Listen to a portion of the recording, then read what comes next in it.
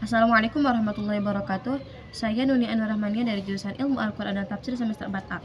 Di sini saya akan melanjutkan pembahasan dari buku The History of the Quranic Text dan buku Rekonstruksi Sejarah Al-Quran. Yang pertama, buku The History of the Quranic Text. Dalam buku ini akan dibahas bab 5 dan bab 6.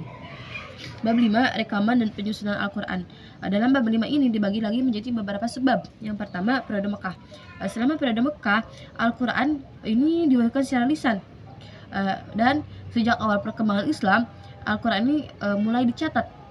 Salah satu buktinya tentang kisah Umar bin Khattab sebelum masuk Islam. Pada saat itu, Umar hendak menyerang Nabi Muhammad karena menganggap Nabi Muhammad ini telah membuat atau mengajak orang-orang Quraisy untuk mengkhianati nenek moyang mereka. Akan tetapi pada saat perjalanan, Umar bertemu dengan Nuaim, dan Nuaim ini mengatakan bahwa adiknya Umar telah masuk Islam, sehingga Umar menuju rumah adiknya dengan kemarahan.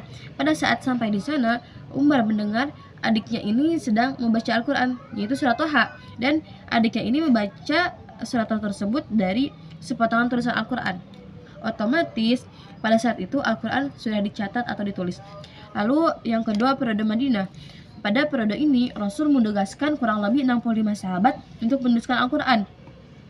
Saat itu Rasulullah secara rutin memanggil para sahabat yang ditugaskan dan mendiktekannya kepada mereka wahyu yang diterimanya. Zaid bin Sabit seringkali dipanggil oleh Rasulullah untuk menuliskan Al-Quran. Nah, pada saat tugas penulisan selesai, Zaid ini membaca ulang kembali ayat tersebut supaya yakin tidak ada sisipan kata lain yang masuk ke dalam teks Al-Quran. Pada saat itu, Rasul melarang para sahabat menulis sesuatu darinya kecuali Al-Quran karena ditakutkannya adanya percampuran antara Al-Quran dan hadis. Yang ketiga, susunan Al-Quran. Beberapa riwayat menyatakan bahwa Nabi Muhammad memberi instruksi kepada para penulis tentang letak ayat dari setiap surat. Contohnya, Utsman menjelaskan bahwa Nabi Muhammad selalu memanggil penulisnya dan berkata, letakkanlah ayat tersebut ke dalam surah seperti yang beliau sebut. Menurut Utsman bin Abi Al-As, malaikat Jibril menemui Nabi Muhammad untuk memberi perintah akan penempatan ayat tertentu. Lalu selanjutnya bab 6 tentang komplikasi tulisan Al-Quran. Pada masa Rasulullah, Al-Quran ini belum disusun dalam satu mushaf atau dalam satu jilid utama, karena pada saat itu Al-Quran masih turun secara berangsur-angsur, sehingga kemungkinan akan adanya nasi mansu yang datang kemudian, atau adanya perubahan hukum, bahkan perubahan kata-kata. Otomatis pada saat itu Al-Quran belum dibukukan. Lalu komplikasi Al-Quran semasa kekuasaan Abu Bakar. Pada masa Abu Bakar ini menugaskan Zaid bin Sabit untuk mengomplikasikan Al-Quran. Beliau memilih Zaid bin Sabit karena Zaid ini memiliki akhlak terpuji, kecerdasan, memiliki pengalaman dalam penulisan Al-Quran. Bahkan penulis buku ini mengatakan bahwa Zaid ini pernah mendengar Rasulullah dan bersama malaikat Jibril membaca Al-Quran pada bulan suci Ramadan. Abu Bakar memberikan instruksi kepada Zaid bin Sabit terkait ayat yang diterima untuk ditulis atau dibukukan.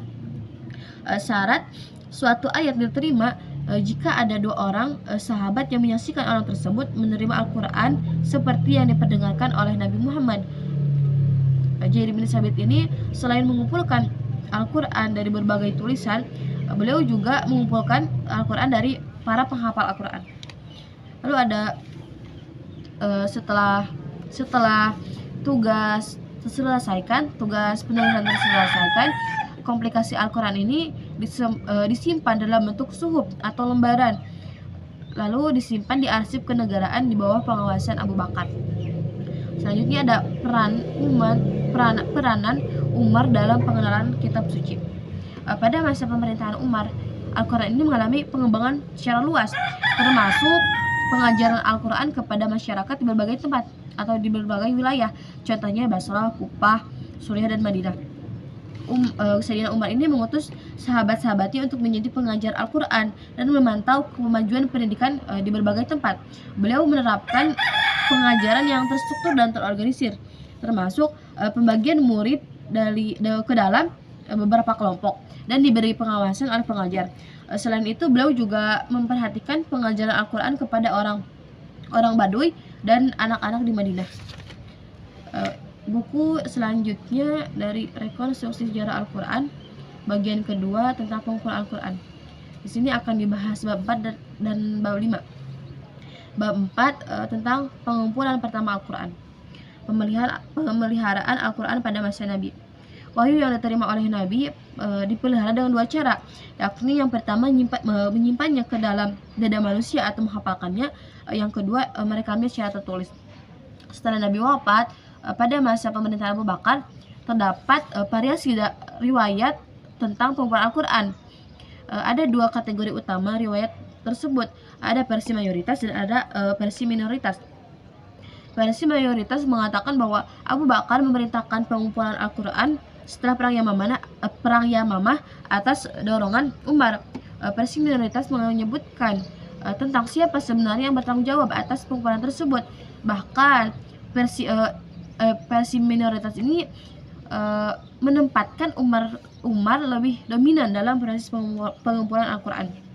Akan tetapi versi minoritas lainnya berupaya untuk mendamaikan kesimpang-siuran tersebut dengan mengungkapkan bahwa Zaid menuliskan wahyu-wahyu Al-Quran di atas lembaran kulit dan pelepah-pelepah kurma itu atas perintah Abu Bakar. Nah, setelah Abu Bakar wafat pada masa Umar, ia menyalin teks tersebut ke dalam lembaran yang disatukan atau fi sohifah waidah.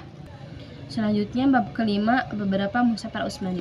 Ar-Jafari mengklasifikasikan mushaf-mushaf lama atau mushaf-mushaf al-Utsmani ini ke dalam kedua kategori, yakni primer dan sekunder. Mushaf primer ini merupakan mushaf yang dikumpulkan secara individual oleh beberapa sahabat, dan sedangkan mushaf sekunder yang lebih bergantung pada mushaf primer dan mencerminkan tradisi-tradisi bacaan kota-kota tersebut.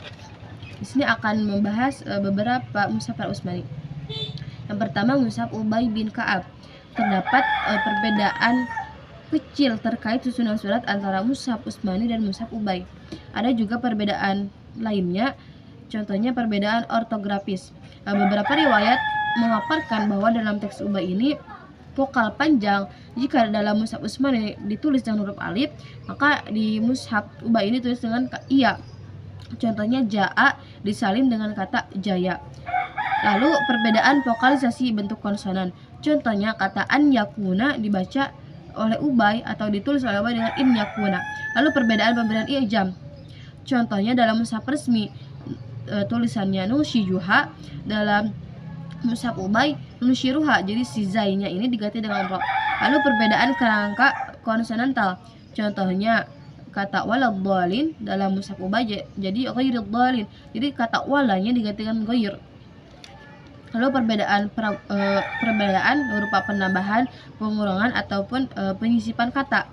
Contohnya dalam Quran surat Ali Imran ayat 144, kata ila rasulun dalam mushaf Ubay setelahnya disisipkan kata sallallahu alaihi.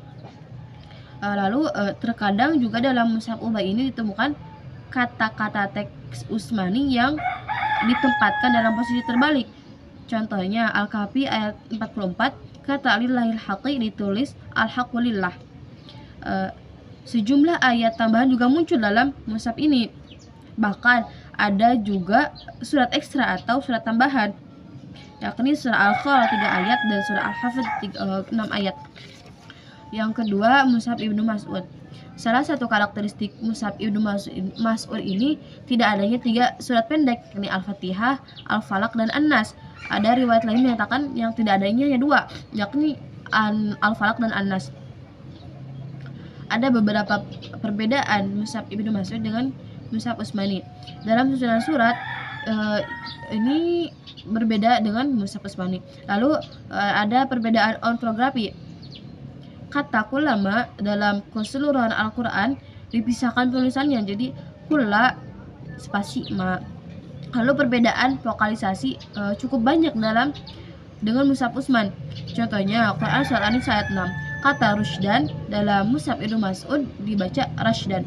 Lalu adanya sisipan atau penghilangan partikel gramatik. Contohnya Quran surat An-Nisa ayat 15, kata al-fahisyata disisipkan huruf bi sebelumnya, jadi bil fahisyati. Lalu Ali Imran ayat 171, ungkapan wa annallaha dihilangkan kata annanya jadi wallahu. Lalu perbedaan pemberian ijam. Contohnya surat Al-A'raf ayat 57 kata busyron. Kan dalam mushaf Utsmani diberi titik di bawah huruf pertamanya. Nah, di mushaf Ibnu Mas'ud ini titiknya ini ditempatkan di atasnya. Jadi dibaca nusyron. Lalu perbedaan kerangka grafis tertentu. Contohnya kata ihdina yang artinya tunjukkanlah kami dibaca atau ditulis dengan arsyidna yang memiliki makna yang sama. Lalu penambahan atau penyisipan kata. Contohnya surah Al-Baqarah ayat 203. Kata liman ittaqa ditambah dengan kata Allah, jadi liman ittaqallah. Muncul pula dalam mushaf ini pengurangan kelompok kata, tetapi dalam kasus ini tidak terlihat begitu mempengaruhi makna keseluruhan konteks secara umum. Contohnya surah Al-Insyirah ayat 6 dihapus secara keseluruhan dalam mushaf ini, akan tetapi maknanya tidak terdistorsi karena ayat ini merupakan pengulangan dan posisinya untuk memberi penegasan. Lalu yang ketiga ada mushaf Abu Musa al-Asy'ari. Dalam mushaf Abu Musa al-Asy'ari ini hanya ada 4 varian yang berbeda. Yang pertama, dalam Quran surah Al-Baqarah ayat 114 kata Ibrahim dibaca dengan Ibrahama. Dan bacaan Ibrahama ini dipertahankan di keseluruhan Al-Quran. Lalu yang kedua, Al-Maidah ayat 103 kata la yaqiluna ditulis dengan la yafqahuna. Lalu Al-Hajj ayat 36 kata suwafa ditulis dengan suwafia. Lalu yang terakhir Al-Haqqah ayat 9 yang dalam mushaf Utsmani ditulis man qablahu, dalam mushaf ini ditulis dengan man tilqahu. Lalu yang terakhir mushaf Ibnu Abbas. Karakteristik mushaf Ibnu Abbas ini adanya 2 surat ekstra atau 2 surat tambahan, yakni surah Al-Qal dan surah Al-Hafd. Ada juga beberapa perbedaan dengan mushaf Utsmani, yaitu perbedaan vokalisasi. Contohnya Al-Baqarah ayat 124 kata al-zalimina dalam mushaf ini ditulis dengan al-zalimuna. Lalu perbedaan pemberian titik. Contohnya surat Al-An'am ayat 57 kata yaqusul haqqa dalam mushaf ini jadi yaqdi bil haqqi. Lalu perbedaan kerangka grafis. Contohnya surat Al-Fatihah ayat 6 surata jadi sirata. Jadi dalam mushaf Utsmani menggunakan shad, dalam mushaf ini menggunakan sin. Lalu peringkasan kata. Contohnya Al-Baqarah ayat 137 kata bi mislima disingkat jadi bima. Lalu adanya pembolak-balikan kata. Contohnya Al-Baqarah ayat 198 kata laisa alaikum junahan jadi junahun, jadi laisa junahun alaikum. Bacaan dalam mushaf-mushaf para Utsmani ini tidak mencapai derajat mutawatir ataupun masyhur, mutawatir dan masyhur.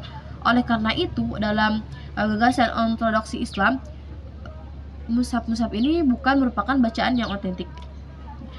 Cukup sekian pemaparan dari saya, kurang-kurangnya mohon maaf. Wassalamualaikum warahmatullahi wabarakatuh.